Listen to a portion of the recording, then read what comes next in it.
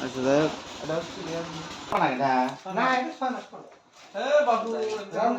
বুঝি দিয়েছেন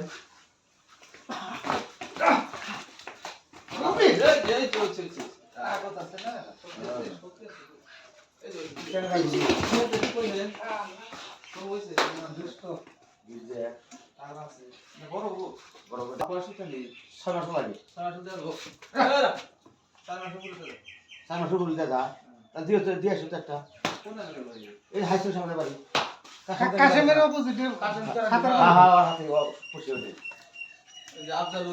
আবদাল আছে না আবদাল বলে যা